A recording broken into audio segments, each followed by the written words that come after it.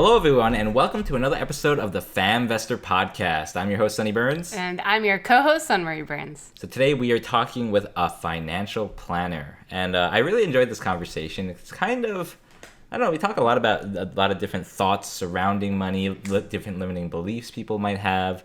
And it's a really good episode. Really enjoyed it. Can't wait to get to it. But before we do, I want to talk a little bit about something we experienced for the first time today, which was online grocery shopping. We live on the East Coast. There's a lot of ShopRites. It's kind of the number one supermarket around. For the first time, we tried online shopping, and I think it was a very good experience. Mm-hmm. We didn't have to go in the grocery store, wade through, buy things we didn't want. We just had, a concrete list of items. There's even digital coupons. So we clipped those coupons and we bought what we wanted. And we've been doing the HelloFresh thing, meals to go. They ship you stuff and they give you nice recipe cards. And, we picked 3 of our favorite meals and bought all the ingredients for them right on the search bar on ShopRite.com. And then we had a grocery list of 100 items. We had to order a day in advance. So the next day we went to pick up the items.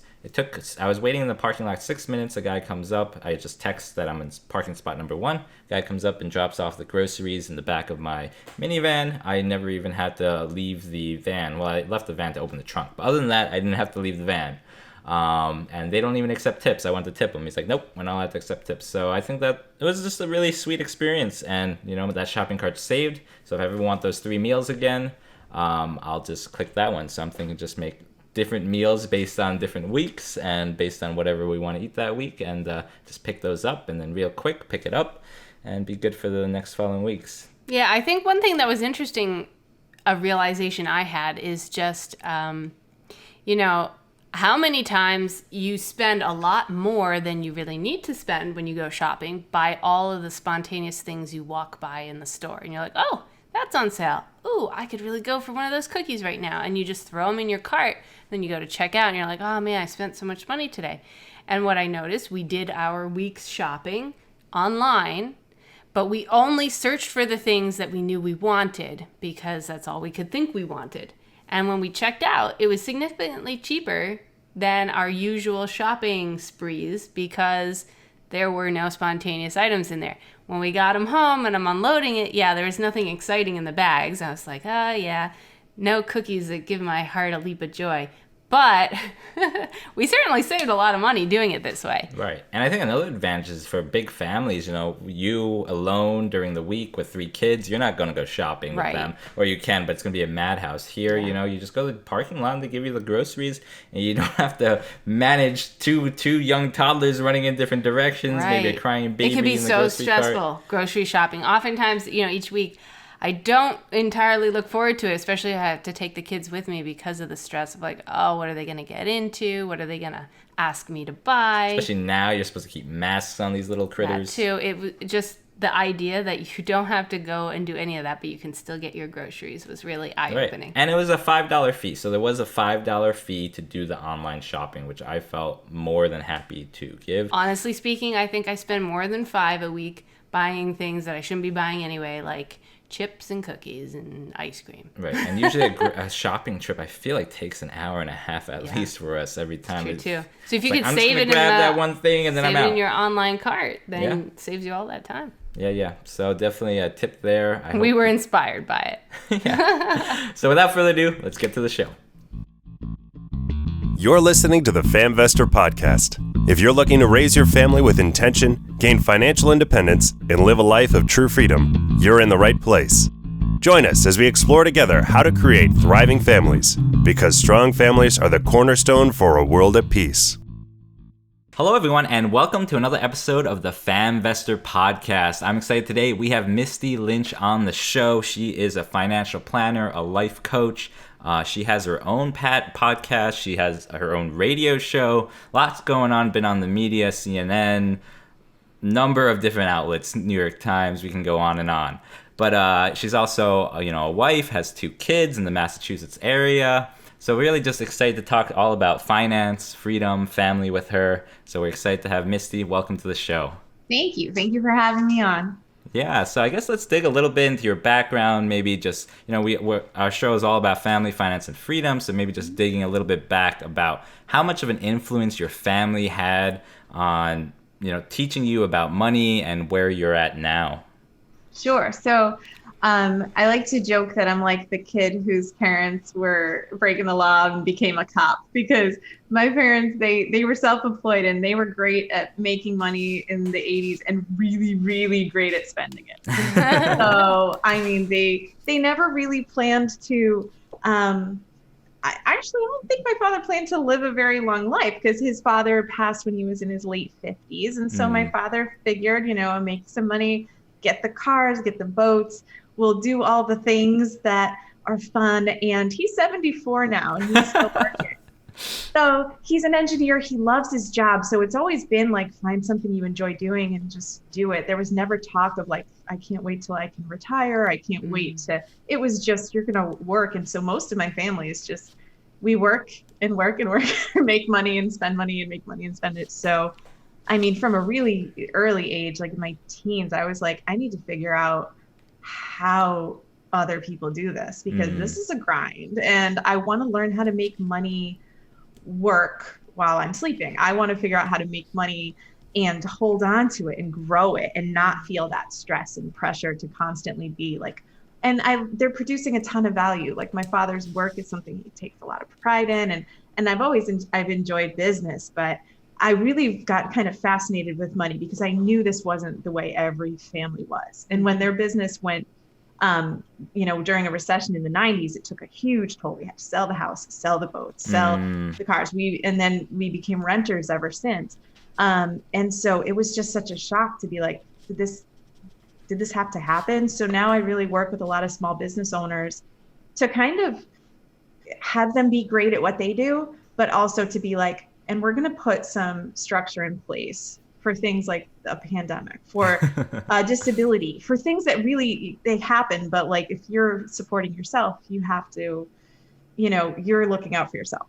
Like right. There's nobody else who's going to like swoop in and help you. So that's really where I kind of I love small business. I love talking to people about what they enjoy doing, but I kind of just want to be like, okay, now let's start investing and see what happens there. And so that's what I do now, which is really fun. Nice. And, I think that speaks to a topic, a lot of people think about is entrepreneurship, being your own boss, starting your own business, but you don't necessarily think about, maybe some of the vulnerabilities that come from being your own boss, which is like you just said, the pitfalls of when something happens, it's all on you. There's no larger corporation to see you through it. And you've got to plan for those moments, which hopefully will be few and far between, but they're inevitably going to happen over the course of 5, 10, 20 years, and you got to prepare for it. So you bring a very good point. And I think there's a lot of people that are seeing that now, that they might have been the busiest person. They might have had clients lining up the door, and all of a sudden they can't be open. So it's definitely, it doesn't matter how great you are, what you do. There's a lot of things that we really can't always control. And so having, a corporate job where you have certain benefits and certain, you might not even know you have disability insurance, but you do, so you have all these things. And so it's, but it's not something people learn about when they're young or really understand quite, that's not what you learn at all unless you become like a financial planner or really start to dig in and learn about investing and different ways to, save money. And it's new to a lot of people. So. Right. I like, I think it came from The Millionaire Next Door, but they talk about offensive and defensive finances. And I guess you're saying your dad had got great offensive game, great. But also, so as much inflow as was coming in, outflow is just as good.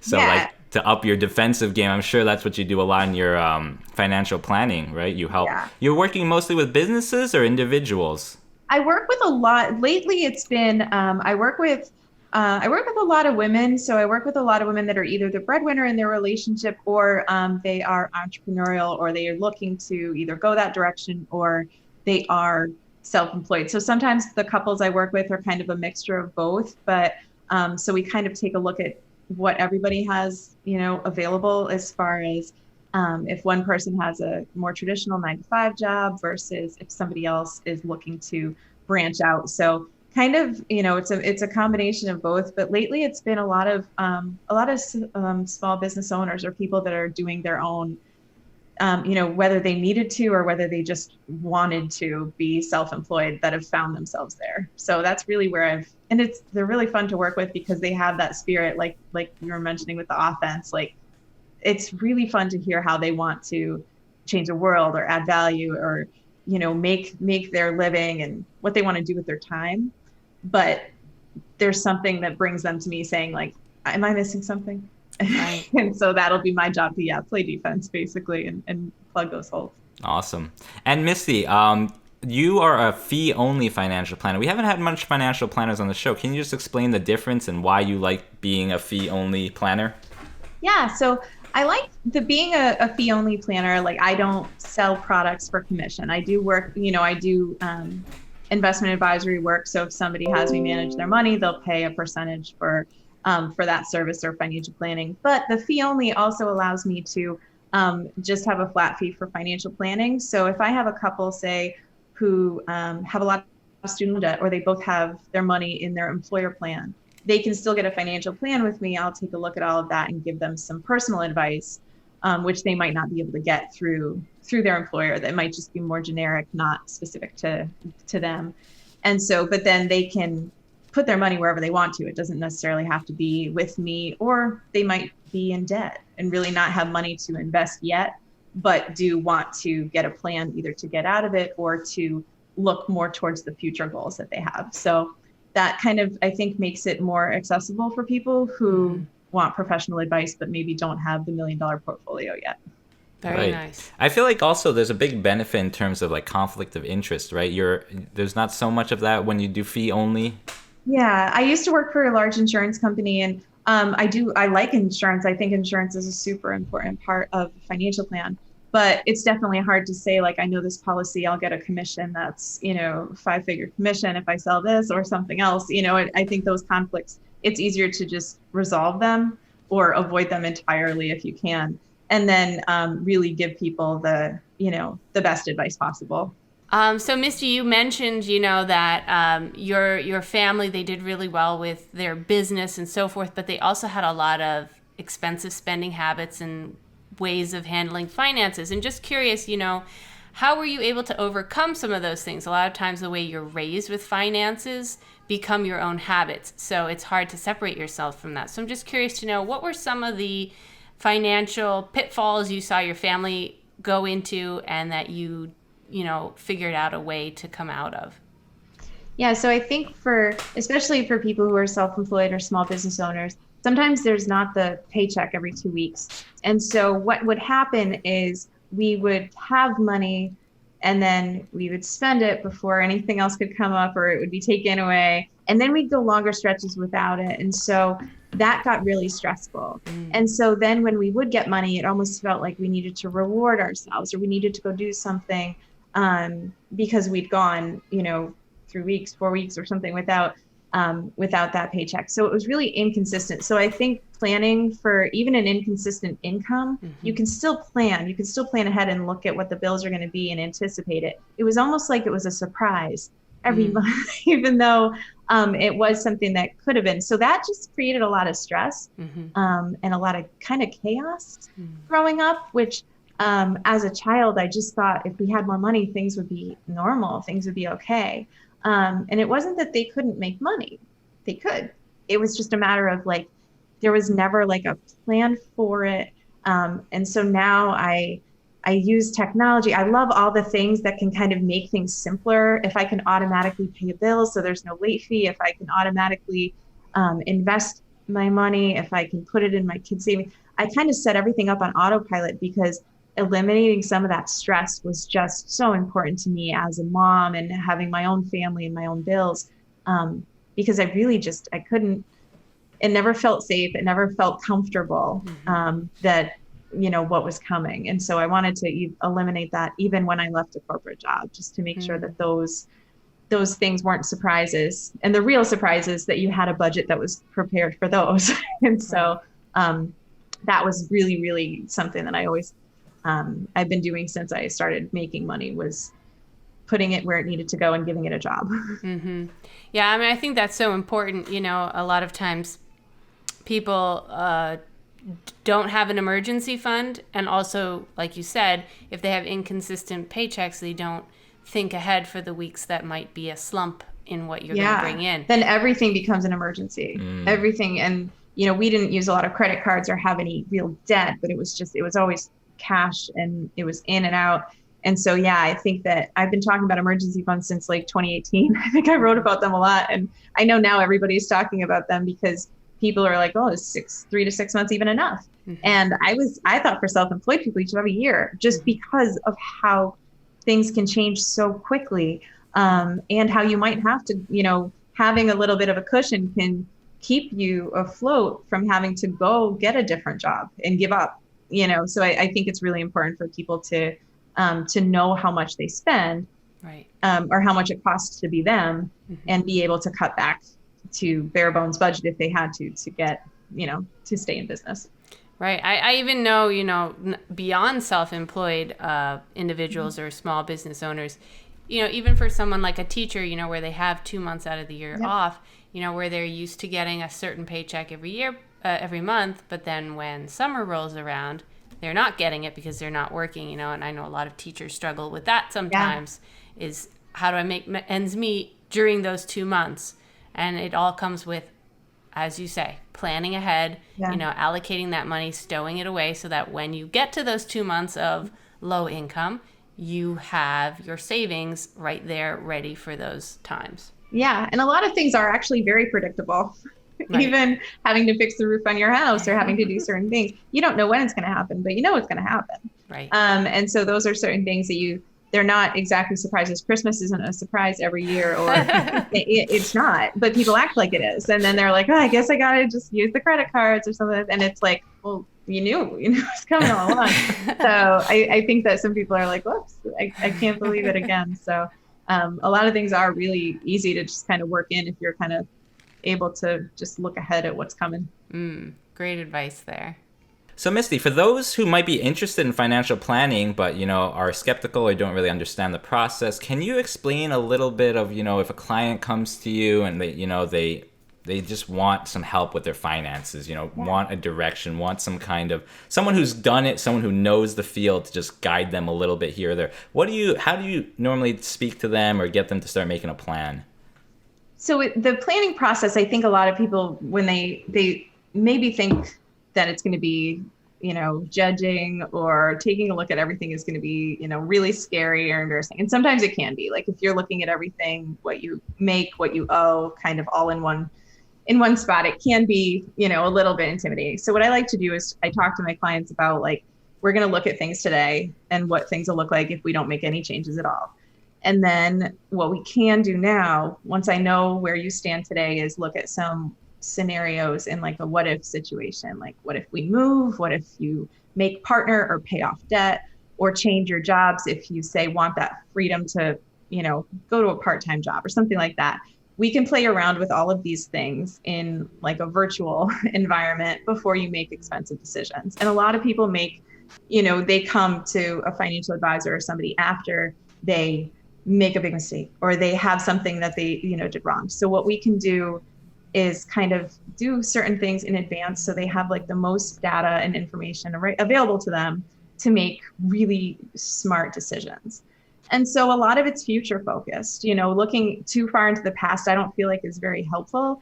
If they do have some habits or certain things that they want to change, then we can definitely talk about it and like build a cash flow type of plan or something like that. But if they're really just looking more towards where they want to go, it's a lot less intimidating and kind of opens up some space to really start dreaming and thinking of things, which a lot of people just forgot how to do. I think you grow up and you forget how to dream really big or think about all these things that are possible. And it just looks like, okay, I'll just turn 65 and retire. And there's a lot more fun things you can do between that. But a lot of it takes money. Mm-hmm. Yeah. So I'm curious, what are some of the biggest pitfalls you see clients falling into in terms of spending habits, and what are some tips you have for healthy financial choices? So I think one of the things that I noticed even with myself is we make tens of thousands of decisions and have thoughts every day. and most of them are the same as the day before, and we don't question them. And so if we feel stressed out and we decide to browse the internet or put something in our cart, we don't even really notice what we're doing. Mm-hmm. It's very easy to shop. It's easy to spend money now, much easier than it was when you had to get in the car, go to the shopping mall, and buy things. Mm-hmm. And so it's really become sort of a way people buffer, where like, we just kind of do certain things like scroll through our phone or shop or maybe eat and not think about it consciously. And so I'll see some people that'll say, I make a lot of money and I don't know where it's going. Right. Mm-hmm. And they really don't, because they're not buying big things. They're not investing it where they can see it growing. They could go look at it. It's really gone. And it's like, and so I think that that's something that I'll notice in people. And we just kind of talk about, kind of the why behind it a little bit, to see when do they usually spend? What is it usually on? And some people, it's even training and education and certifications. They really like doing that and buy courses. So it's not always just clothes or cars. Sometimes there's other things that people spend, and until you look at it and say, okay, let's build a budget and see, is this fair to maybe spend half of this on, training or books or whatever. And usually it's okay. It's just not something you look at. Right. And I think there's a valid point there too about, when you're passionate about what you're working toward, an industry, a business, whatever, it's very easy to say, oh, maybe if I buy this, it'll help my business more. Maybe if I take this class, I'll be able to implement it more in my company, or all sorts of justifications you give for these spending habits that you on the surface think look all good and fine. Yeah. But there's only so much so much growth you can create from these things. And sometimes you come to a point where you're actually overspending your productivity. Mm-hmm. And that's where you got to watch out.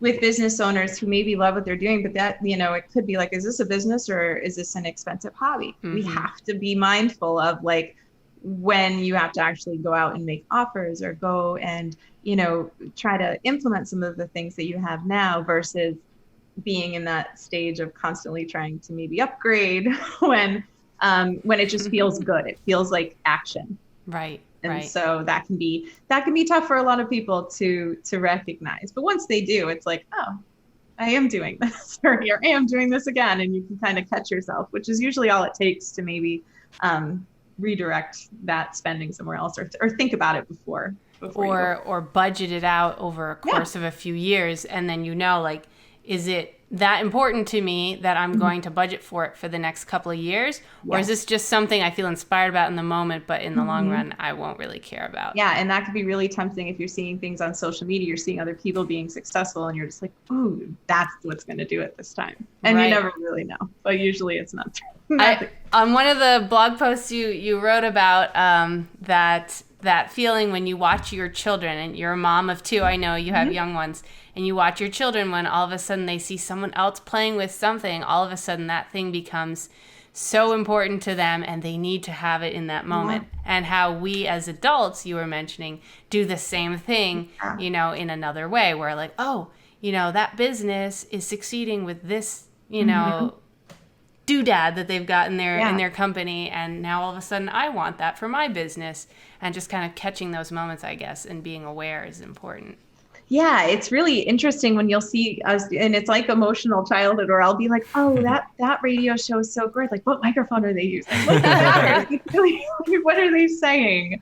Who are they speaking with? The other parts help. Yes, you can't have, you can't run a business and have like, the wrong things, but also like a lot of people do really well with really basic stuff. And it's because of the other things that they're doing, which is usually having the thoughts about what they want to put out there. So this leads me to my next question. I know something really cool that you did recently was implement a shopping ban in your own life. For an entire year, right? Yes, a year. And I'm super curious to know, what was the motivation behind doing that? Because that's a very big thing to do in your life, to say, you know what, I'm just not going to shop for this entire year. Honestly, it makes my heart jump because it sounds scary to do that. Yeah. And I'm not a big shopper by any means, but just the idea of banning it for myself, you know. And I'm curious to hear the story and what kind of takeaways you got from that experience. Yeah, so I was reading, I think it was December of 2017, I was reading an article about a woman who did a week-long shopping ban.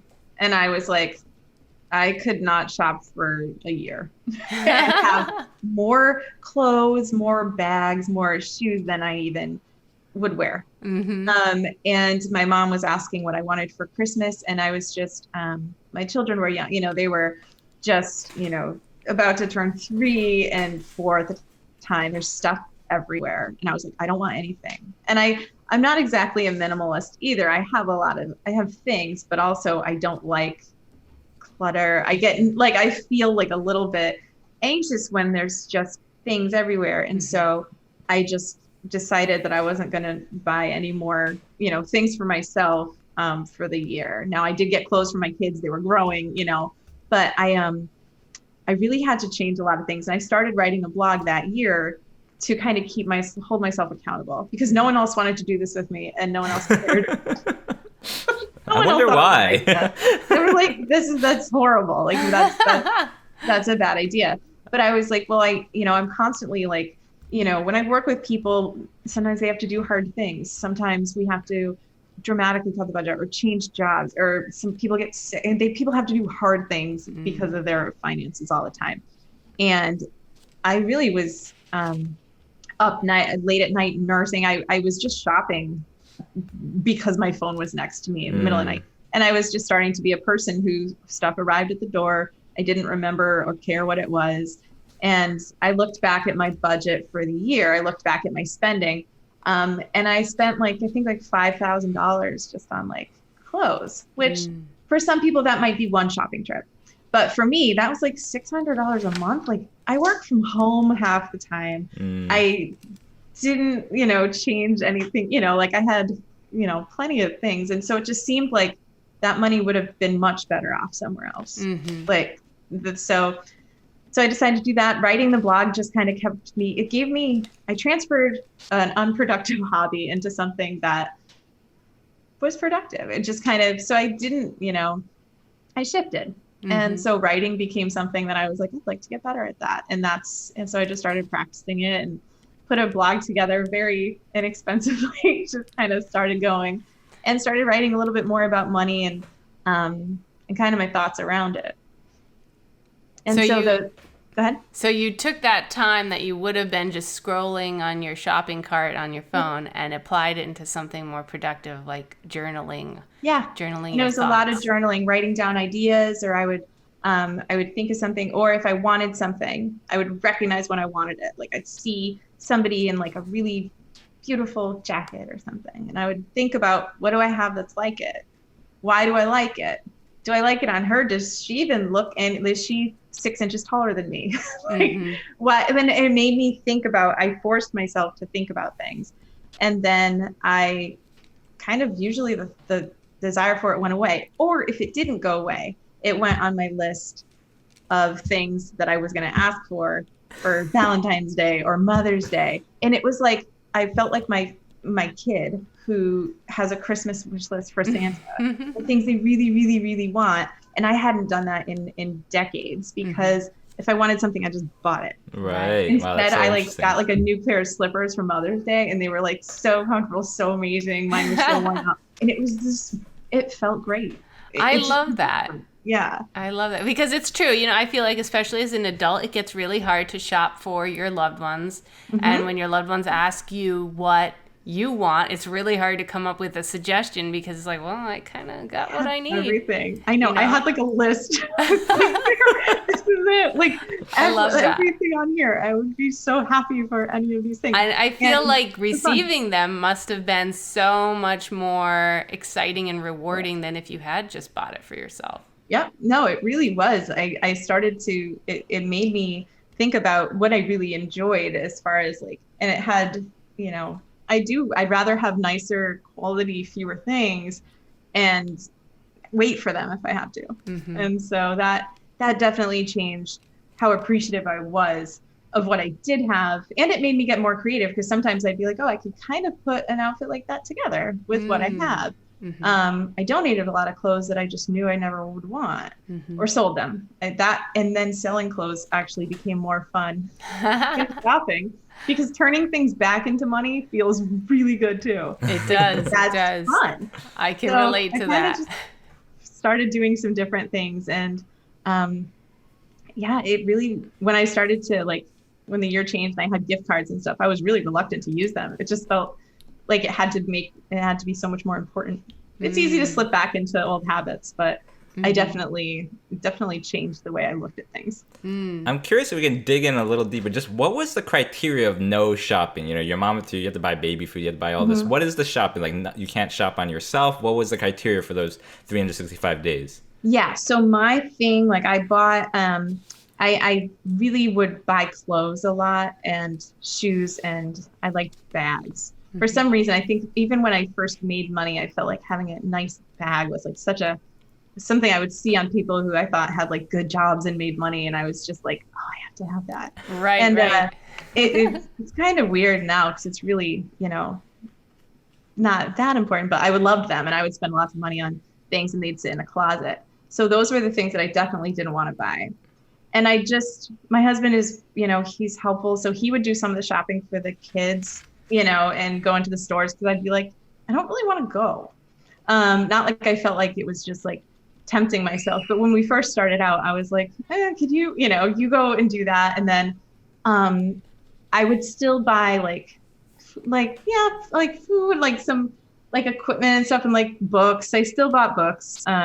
But I was more mindful of it. I started to read the ones I had, because that was a big area too. If anybody told me about a good book, I would buy it. And then it would just be either on my phone or in a bookshelf. And so I started to try to just be a little bit more resourceful with certain things, but I really trimmed down. I didn't buy any clothes, any shoes, or any bags for the whole year. Have you recommended this strategy to any of your clients? And if so, how'd that go? There's been a couple clients that'll just tell me that they've started to put things, they've just shopped, because they felt bored or nervous, or right now people are just home. And so they're looking around at their house being like, I want to change everything. And so even just having clients put something in a cart and wait 24 hours before they buy it, sometimes they don't go back to it or think about it anymore. So even just a small pause can really change how you spend, because then you've thought about it for a whole day. And so planning it ahead of time, even if and I do this with a lot of things, when I'm trying to eat better, I'll plan out what I'm going to eat the day before. I'll plan out what I'm going to drink the day before if I know I'm going to do something. And so I kind of have become trying to use that human part of our brain that's not this is wonderful, let's do more of this, and really think about what I want to do when I can kind of set the intention ahead of time. And so if you have it in your cart a day later and it's something you still want, you're not, you at least thought about it longer. Right. And so my kids will be like, oh, I want this, I want this, I want this. And sometimes they won't tell me about it the next day, but sometimes they do. And it's okay, they meant it. They really meant it. So just even just slowing down, or setting, even if they're not people who like a tight budget or tracking every dollar for dollar, even saying okay, let's look back at the last month or something and be like, okay, I have people set up notifications during the financial plan. We can use software that can set up a budget. And so I'll get a notification if we spent a ton on groceries. And if it's a month that we're hosting a holiday, that's normal. But sometimes even just that notification will kind of reset, oh, I'm getting close.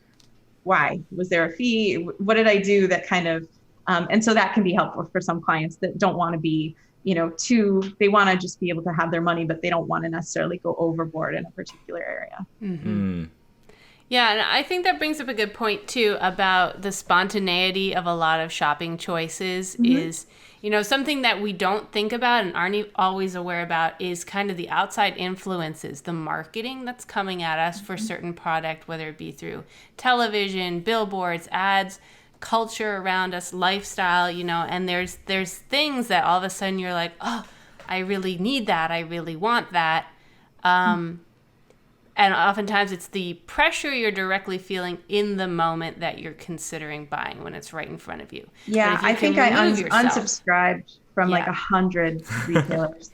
I unsubscribed from them all, and several times I had to unsubscribe several times. It probably took like over 2 months to actually get those away. All those push emails you're getting, right, from all of these retailers, sale today, you know, only today you're going to get 80% off. And all of a sudden you're like, oh, I got to shop this 80% sale.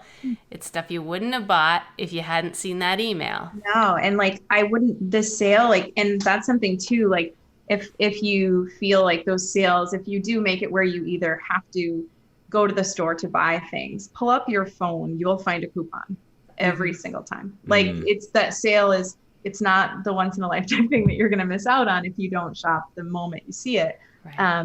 But it really is a tremendous amount of like pressure. You could think about something and all of a sudden it's appearing on your phone and it seems like it's this message that, yes, this is exactly what I needed. It's not, it's just very, very smart marketing, very targeted marketing to exactly what you want. And the retailers, you know, even just with the one click or having your credit card saved, sometimes I'll tell people to delete that on their profiles. So they have to get to their wallet and type in the number every time. That is sometimes enough of a deterrent to stop people. So kind of putting in little roadblocks, little hurdles, to make it harder because it's gotten super, super easy. Another thing you brought up too in your experience with this shopping ban is like trigger points of what causes you to make these kind of shopping splurges, and thinking about that and being aware of what is it that triggers you to shop. Is it when you get stressed? Is it when you're feeling depressed? Is it when, you know, you're bored or have nothing to do with your time, you know? Late at night when you're feeding your child, you know, and all you want to be doing is sleeping, but you can't sleep right now, so you go on your phone and buy stuff. And I think, you know, a lot of times we as people aren't thinking about those trigger points, you know, and so becoming aware of them so you can see when they're setting in or when they could potentially come in, and then finding healthy ways to redirect your choices. Like you said, you started blogging, you know, or even just putting in these roadblocks. And it can be easy. It could be inexpensive. You can decide you want to read a couple pages of a book if you feel that. Or when I had a travel job for a while where I was auditing, and I would shop because I was in a different city by myself and I had a lot of time. And this was before I had children, and I would always leave room to buy things. And it really took a while to realize that I was in a job I didn't want to be in anymore. I didn't like traveling. I didn't want to be away from my house. I was over it. And the reason it wasn't that I needed more stuff, it was just to feel better. And so that figuring out those things, and they can be small, but I think even just kind of looking at all the things that you do that maybe you'd like to change a little bit, and thinking about what were you thinking about right before you grabbed your phone, or you start, you know, and that can kind of help you back into like, why? And then maybe things change easily because you're like, oh, it's because I need more sleep. Or I'm really feeling bad about something else. So I think it's a very interesting dynamic you bring by being a financial planner, but also a life coach. I'm sure that really helps like play into figuring someone's situation out and helping them not just with their finances, but also figuring other things out that I guess just make them into a whole more financially stable whole person, but not just finances, but just more in general happy. It can be interesting because I think like people have all sorts of feelings about money, but you know, if you talk to somebody like I want 10% return and I want this, and it's like if you ask them why, they're like, what? And it's usually because they want to feel different, or they want a certain amount of success or a certain amount of salary or a certain anything to feel different. And then it's like, well, what I really want is, you know, time with my kid or time back, or I want to, you know, there's usually some other motivation behind it besides dollars. Like money is just something we've all agreed has a value and like, you know, move it around, but it really isn't, it doesn't have as much power on its own as people give it. So sometimes I like to kind of help or it's just fascinating to me why people want certain things. And then the money part just kind of helps, obviously, accomplish things faster or get things done or buy back some of your time if that's what you're looking to do. And so the money part is useful and helpful, but I feel like if I can't wrap my head around the person's motivation for all of the things that they're doing, then it's not going to stick. It's going to be harder to follow through with. And I think that's an important point too for people to be aware of, is why are they striving after certain financial goals? Like you said, what is the bigger picture here? And I think it's not always easy for people to even know why they're doing it themselves. And to have someone like a financial coach there to help them dissect, their own feelings towards money and their own reasons for why they're working at something can be really helpful in their overall lifestyle choices. Yeah. Some people just think money's hard or that they can get to a certain level but not past that. And that's a problem too. And it's just like, well, why do you have that thought? And they might not even realize that thought is optional. Just when they talk to me about like, well, I'm going to do this, I'm going to make this is as much as I can make, or I'm a mom, so I'm going to have to take a pay cut of this. And it's just like, why are you thinking that? And they're just like, it's like they're telling me the weather. And these things are all optional and they don't have to necessarily be treated the way like they're facts just because that's how they were raised, or that's what they, if they have some issues around money in general, it's really, they might be pushing it away and not even realize it. Right. The limiting beliefs. I feel like I can relate to that sentiment for sure. I remember when we were first starting out as a couple and Sonny had all these dreams of things he wanted to accomplish and do and create, including our podcast and a bunch of other things. And for me, I kind of shut down in this dream because I felt like, oh, we can't do that. How could we do that? And I realized over time it was a limiting belief I had because I just thought that that's what other people do, not us, and just realizing that a lot of it is your own self-talk or your own limitations you put on yourself, and it's not out of your grasp unless you hold yourself back. Yeah. And I think that that's something that a lot of people just they assume that other people that are doing things have a different set of circumstances around them, and they maybe don't. But I mean, sometimes it's hard if you don't have evidence that something can happen because you haven't done it yet. It's really hard to be like, well, okay. And that's kind of like even with the planning part too. I like when I can show people just, in this, in a chart, like, okay, well, here's what'll happen if you decide that you want to change careers or go back to school, and then it just moves a little bit and they're like, oh, I thought things would go right downhill. And it's like, well, no, maybe not. So it's kind of fun. It gives people a little bit of opportunity to kind of fantasize about what could be possible or what they'd like to see with that little tiny bit of concrete data or details, because it's really hard to be super abstract because people will figure out some way to be like, that's fine for other people, but that's just not me. And usually there's no really good reason why. Cool. Misty, I'm curious, curious to know about your own life and changes you've seen, even maybe right after the shopping ban, or ways that maybe your life is different than the average person, or how you've set things up, or realizations you've come along the way. Yeah, so I would say that, I just turned 40 last week, and I'd say that at 30, like my life is unrecognizable to what it was 10 years ago. I had just gotten married. I bought a house. I was, I believe, an auditor. I was working in a compliance department. I had gotten my CFP in 2011, but was pretty much told like I didn't have much of a natural market. My family did not have money. I didn't have really anybody to sell to. People didn't want to work with a woman. I heard all of these things about being me in finance 10 years ago. So I was like, all right, I should keep my happy job in compliance and work my way up. And I really just, I got to a certain point in my career where I hit a glass ceiling at like 35. It's like, this isn't okay. And I'm a person who sees my dad working in his mid-70s completely animated when he talks about a new job that came in. And I'm like, I'm already like right where I can stay.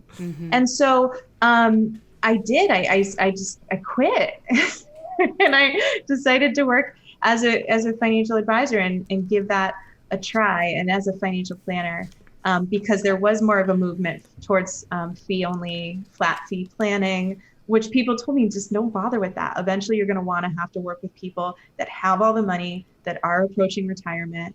And I'm like, that's not really who I mean, I have clients that are in retirement that I adore them, but it's not like I'm looking for the person that every other advisor is fighting for. Like, I really like working with people who've been a little bit underserved. And it kind of was like, the only reason I couldn't do that is because I thought I couldn't do that. And so I just made some shifts, and my husband is super supportive.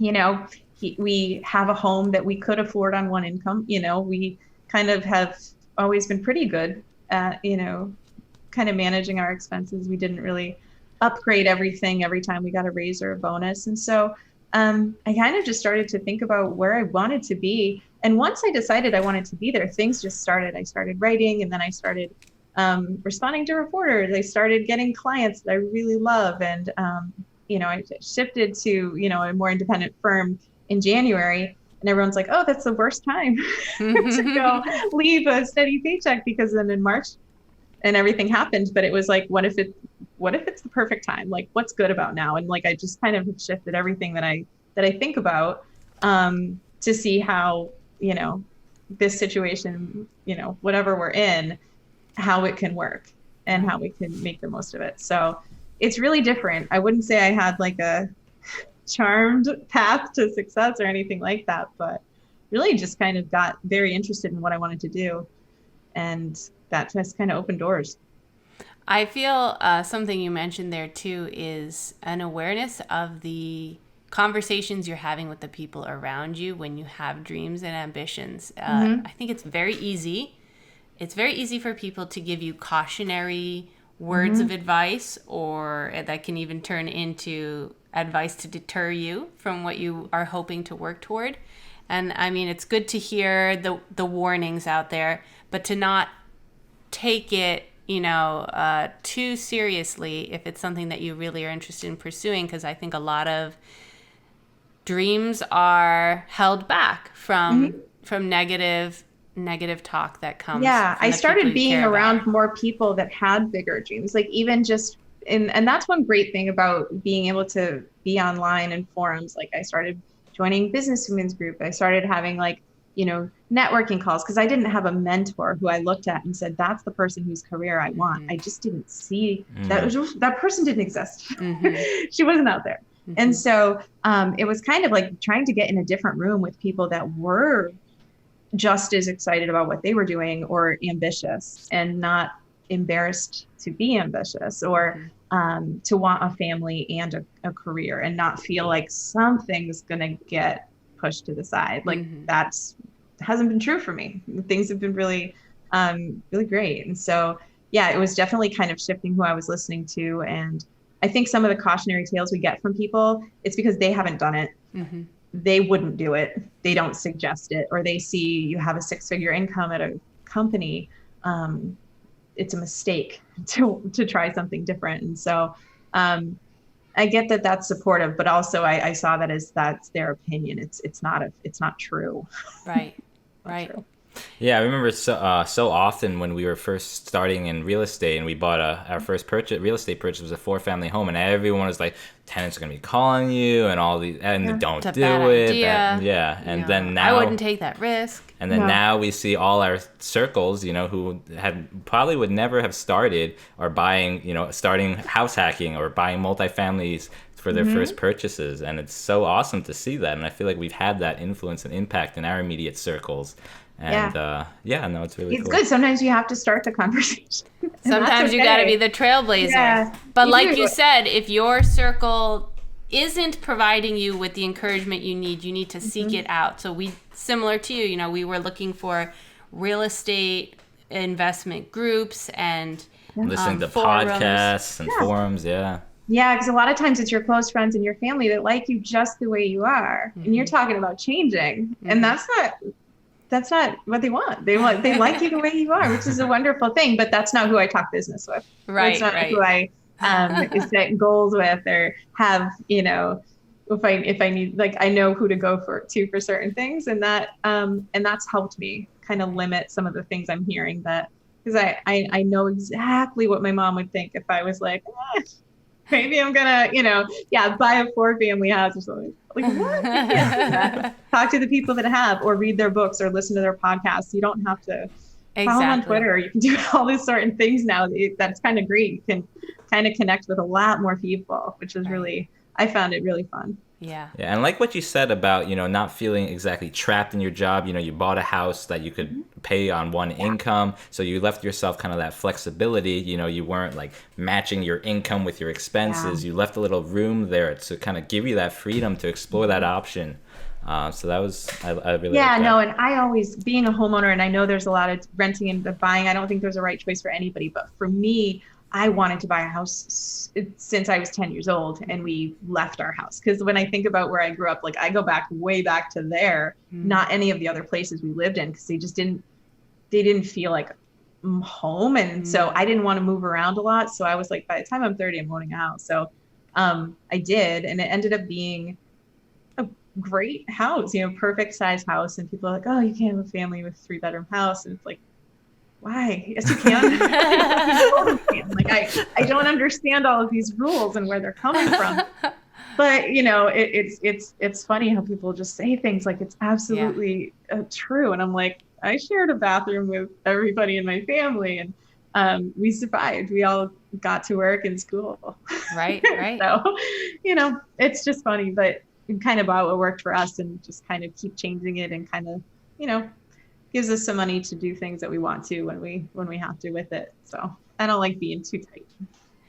So moving back towards some financial tips, what do you suggest for a couple who wants to set themselves up for a successful budget? What are some helpful guidelines you suggest to your clients?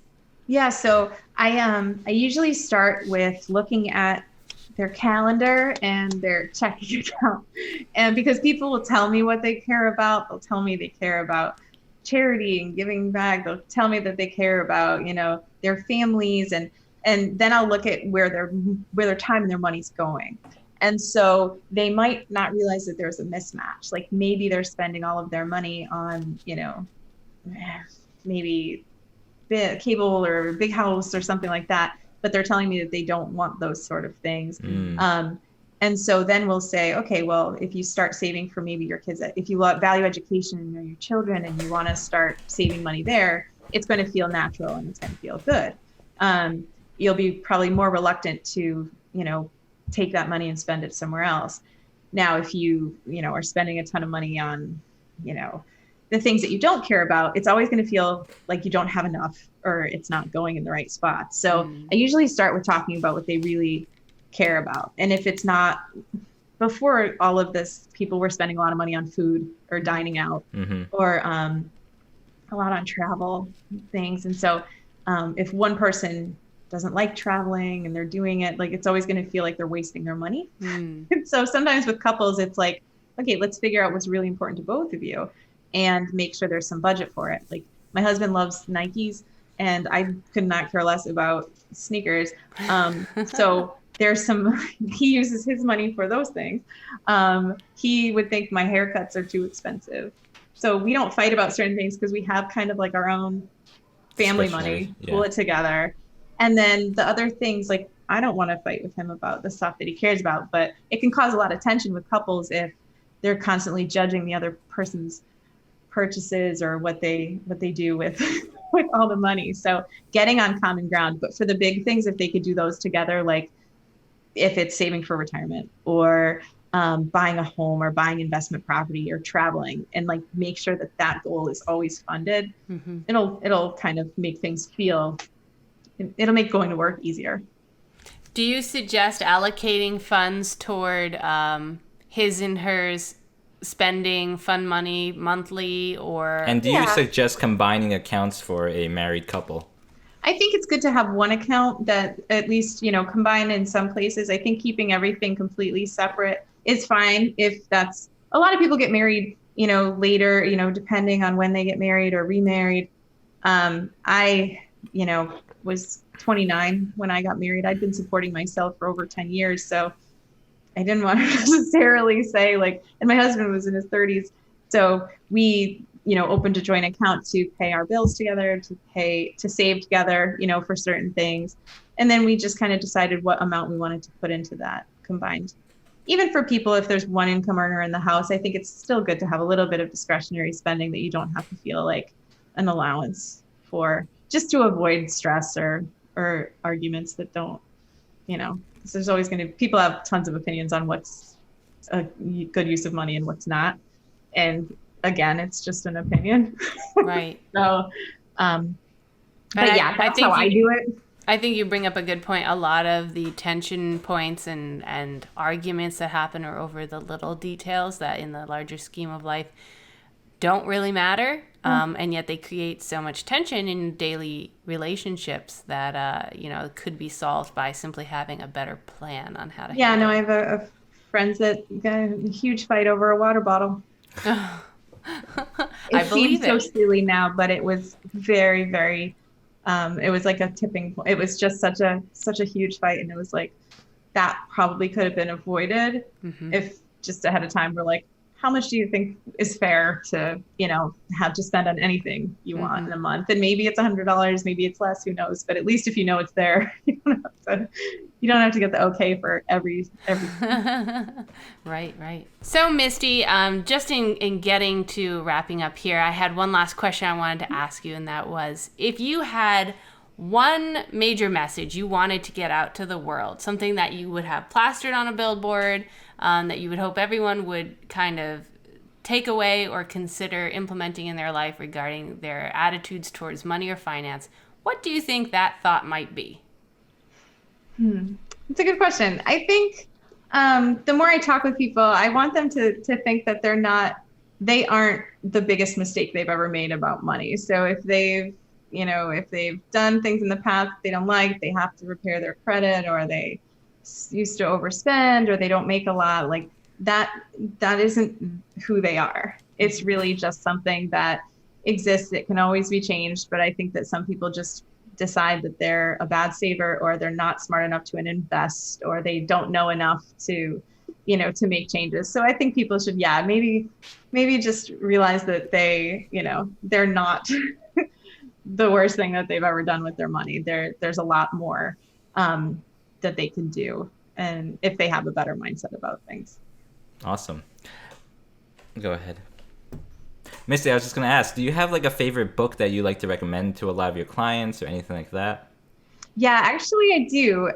There's a book that I love called The Man's Search for Meaning. It's Viktor Frankl, and it's not a money book necessarily, but it was somebody who was a Holocaust survivor, and he had a purpose the whole time he was there. And so that really kept him alive. And he just talks about the people around him. And he was I think a psychiatrist when he was first put into the concentration camp. So that's really interesting for people that are really lost, or they're thinking about like, I'm doing all of these things, but I just don't feel successful, or I want to, make a difference, or they're maybe feeling a little bit of disconnect between what they're doing and how they're living their life. So I think that's one that's really great for people to read. It's a quick read, short book, but can be really powerful just to see how your thoughts can impact a lot of your behavior and kind of help you find your way.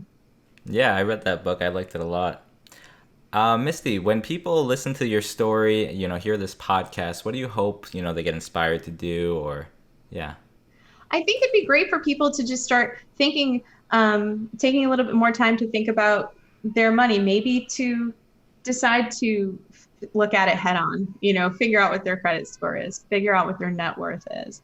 And even if it's something that is not, needs improvement, just that awareness can sometimes get people's head out of the sand and start them to, sometimes you just have to make one choice to make, a step in the right direction. Or if they're interested in some sort of big goal, or they're looking at you guys as real estate investors, or people who've done all these things, like to start thinking, well, how did they get there, and just get curious. And I think that sometimes can get people really motivated to take action even before the money's there to really do it. Right. I think that's so key, measuring, seeing where your finances at, usually that's motivation enough to make changes to those habits. You mentioned, people like, I don't know, I make so much money and it's all gone. And it's like, well, it's gone because you're not really allocating or measuring where it's going. So it really starts with taking a close look at your finances. Yeah. And I think it's, right now is kind of a nice time to do it. I think people aren't spending and living their life the same exact way as maybe they were last summer. And they can be a little kinder to themselves when they think about, okay, this was expensive, or this is what I did last year. And so maybe realize what they want to keep in their budget and what they don't miss, and kind of make some changes around there. So now's a really good time for people to do it. I think we're a little bit nicer to ourselves than when we spent $10,000 on a vacation or $6,000 going to a wedding or something like that. And I think all those things could be important, but it's good to, just to kind of check in and see where you're at today. Yeah, Misty, it's been so nice chatting with you. If people want to learn more about you, want to even work with you, where is the best place for people to get in contact with you? Sure, they can. You can just go to mistylynch.com, and that has all the information about the radio show, podcast, some of my other blog articles, and link to my calendar if you wanted to set up some time to talk. Awesome. Misty, thanks so much for coming on the FanVestor podcast. All the links to her site will be in the show notes. Thanks again so much for coming. Thank you for having me. Okay, thank you. Okay, anything we didn't ask that you wish we did? No, that was great. Thanks, guys. Okay, awesome.